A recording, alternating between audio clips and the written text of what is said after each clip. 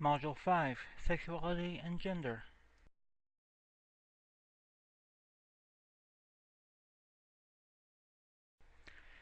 Now recently, the Supreme Court has supported marriage equality, that is, has ruled to allow people of the same gender to be able to marry. Now, that ruling and the movement towards marriage equality is just one part of a larger history of people fighting against legislation that have been targeting people's gender and sexuality. Some examples of some previous issues that were being dealt with. Most recently, not too long ago, it was still an issue regarding people who are gay or lesbians serving in the military, and that for a time being, people could be removed from offices, removed from the military.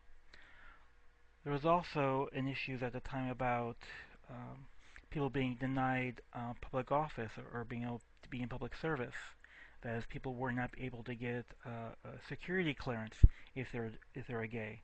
The idea being that if they're a gay, that could be a factor that can be used by enemy agents to influence their behavior, and so that's why they were denied security clearance.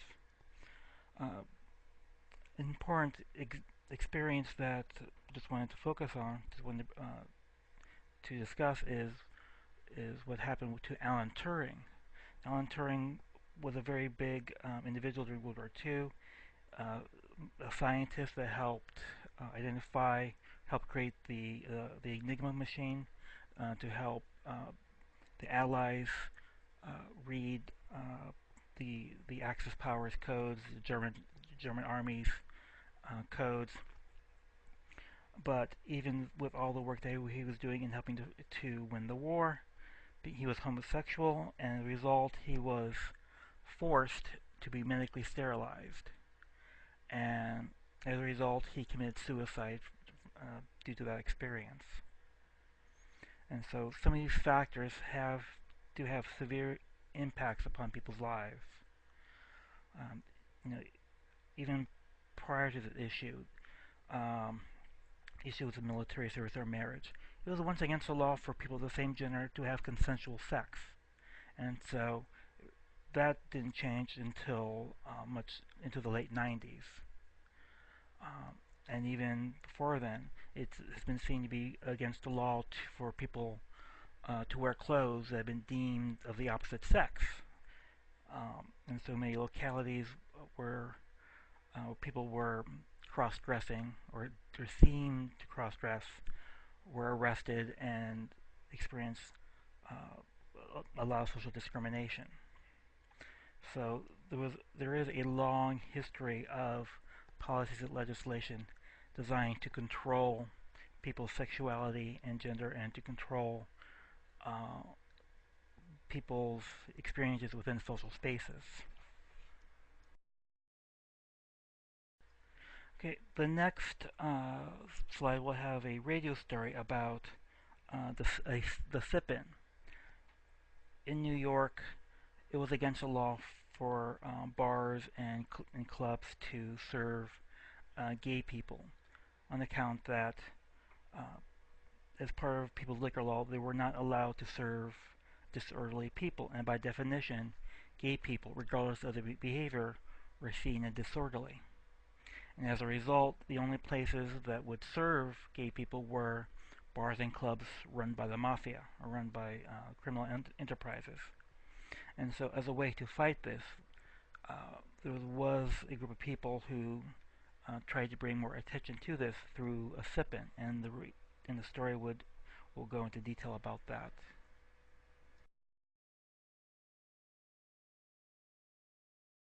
Before Stonewall, there was the sip-in.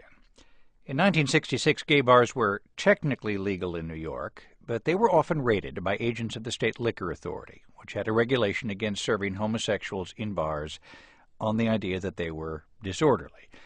The Mattachine Society was one of the first gay rights groups in the country, and on April 21 of 1966, the society decided to take inspiration from the civil rights sit-ins that integrated so many lunch counters in restaurants and stage a sip-in. Go into a tavern, declare that they were gay, order a drink, then wait to be served, or turned away, and then sue. Today, the bar called Julius welcomes gays and commemorated the sip-in on Thursday as part of Pride Week in New York. Dick Leish was then head of the New York Mattachine Society. He joins us from our studios in New York. Thanks so much for being with us. It's a pleasure. Why'd you settle on Julius?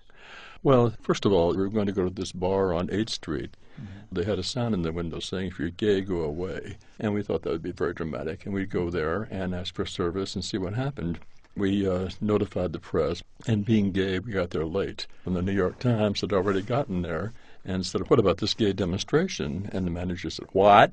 So he closed the place for the day. When we got there was a sign on the door saying, "Closed today." And so then we decided we had to go to Julius's, because Julius's had been raided like 10 days before. The bar would have a sign in the window saying, "This is a raided premises." And very often they put a uniformed cop on a stool inside the door, and he sat there until the trial came up. So we knew that Julius's would not serve us because they had this thing pending. And so when we walked in, the bartender put glasses in front of us, and we told him that we were gay, and we intended to remain orderly, but he just wanted to serve us. And he said, "Hey, you're gay, I can't serve you." And he put his hands over the top of the glass, which made wonderful photographs. The whole thing ended up in court, and the court decided, well, yes, the Constitution says that people have the right to peacefully assemble, and the state can't take that right away from you. And so the liquor authority can't prevent gay people from congregating in bars. And the importance of this, I think, was that until this time, gay people had never really fought back. We just sort of taken everything passively, didn't do anything about it. And this time we did it, and we won. I got to tell you, Mr. Leish, listening to you describe what life was like for gays in New York in the mid-'60s, I wonder, in 2008, when young gays can observe gays getting married, gays owning multi-billion-dollar corporations, do they know this history? I don't think so. In the gay world, we're missing a couple of generations here where everybody died of AIDS, and so there's not the continuity. And history has always been a problem for gay people because we're a different sort of minority. Black people have black children, Irish people have Irish children, but gay people tend to have straight parents. There's no generational hand-down sort of thing here, Mr. Leish, is there still a Mattachine Society? Oh, no, it died right after Stonewall. I kept saying, "What's the goal of Mattachine?" And I always said the goal of Mattachine is to put ourselves out of business. When the cops walked into Stonewall and tried to close it, people said, "No, you're not going to close our bar. We have a right to have our bars, and it's been established we have a right to have our bars." And Mattachine had nothing to do with Stonewall. It was something where the people rose up and did it. And that's the beginning of the gay movement. Dick Leish, former chairman of the New York Mattachine Society. Thanks so much. Thank you very much. It's a pleasure being here. And happy Gay Pride Day.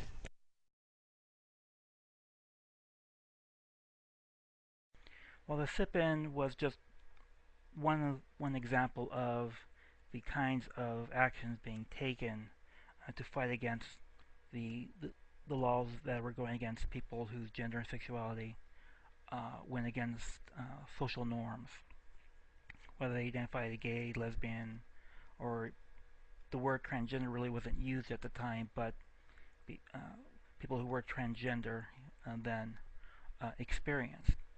But sometimes these more orderly attempts weren't quite effective, and there were still instances of violence that occurred.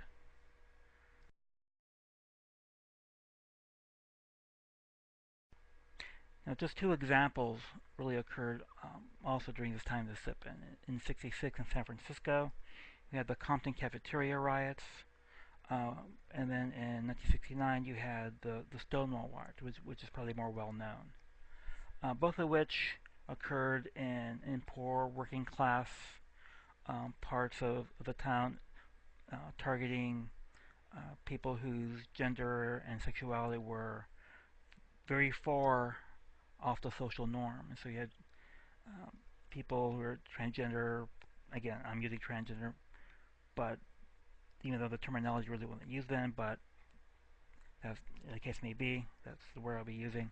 People who are transgender, transsexual, and others, people whose who weren't gender conforming, people who were gay, lesbian, who got tired of the discrimination and the violence they're experiencing, finally reacted.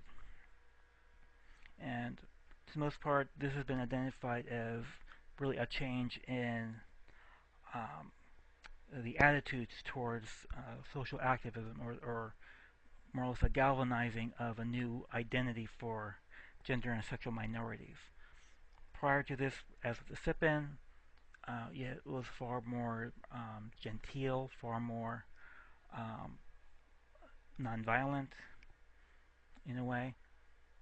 But since since the late 60s, events became much more militant.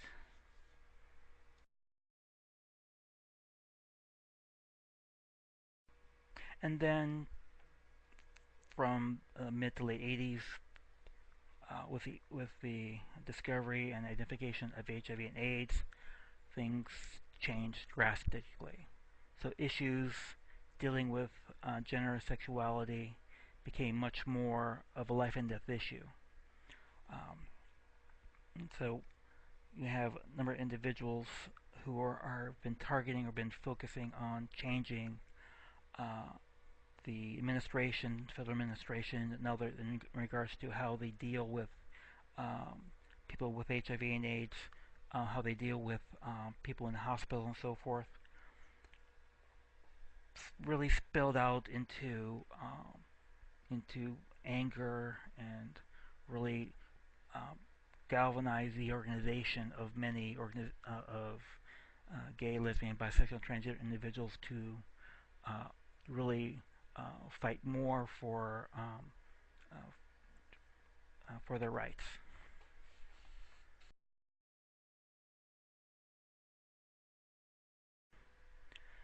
Since that time, the kinds of changes in legislation have been very quick and not always positive. In 1986, you have the Supreme Court case Bowers versus Hardwick, which stated that there is no constitutional right to consensual homosexual sexual acts. That is, so people of the same gender, you know, can't, or there's no constitutional right for people to have sex with the same gender, which led to uh, many other legislation discriminating against LGBT people, lesbian, gay, bisexual, and transgender people. You have Don't Ask, Don't Tell, which was supposed to stop people from being discharged or being identified and discharged because they're gay or lesbian.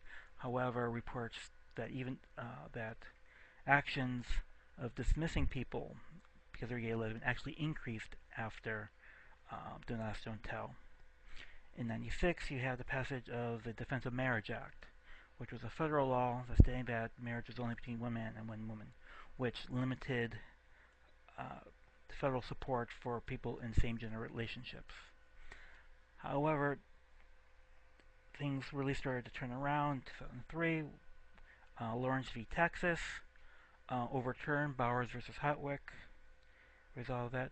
Then you have in 2013 United States versus Windsor, which overturned the DOMA, Defense of Marriage Act. And then you have Obergefell versus Hodges in 2015, which allows same-gender marriage in all states. So we're really in the point where things are starting to get better for LGBT people, but there's still much more that needs to be addressed. Again, thinking about social determinants of health, there's still a number of factors that impact the lives of LGBT people, which can have a great impact upon their health and well-being. So even though gay and lesbian people can marry, they they are still subject to discrimination in employment, housing, and public accommodations, because there's still a patchwork of federal policies and state and local legislation. So in some cases, people may or may not be covered, or they may be covered, but only if they seek a resolution in courts, which still may or may not work depending on their jurisdiction. So there's still a lot of work that people are focusing on in trying to bring about legislation to provide non-discrimination in employment, housing, and public accommodations.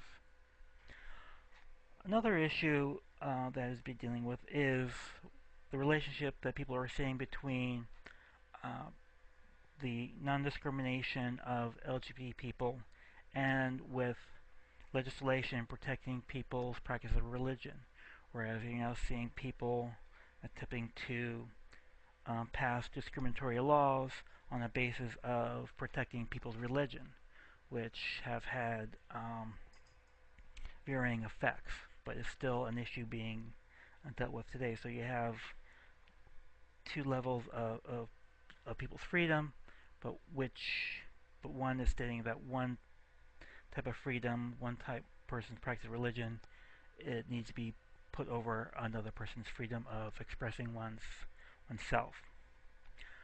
Another major issue that is being dealt with across the states is transgender access to public accommodations, and namely bathrooms and changing facilities, where you have a lot of people who are stating a level of discomfort of people with non-normative gender identities and expression from using gendered facilities, and in some places are establishing legislation to bar transgender men and women from using public accommodation that matches their gender identity, and forcing people to use facilities based solely on physical status, physical sex, without, in some cases, defining physical sex as having a specific set of chromosomes or a specific set of genitals. So these are among others that are still need to be addressed, that people are still kind of focusing on, which still has a large issue, a large impact on social determinants of health. And that's not to say that other issues, namely issues around HIV and AIDS, has gone away. There's still disparities people are experiencing of issues around HIV, especially around communities in color in HIV. And so this is, again, another level of factors that need to be addressed.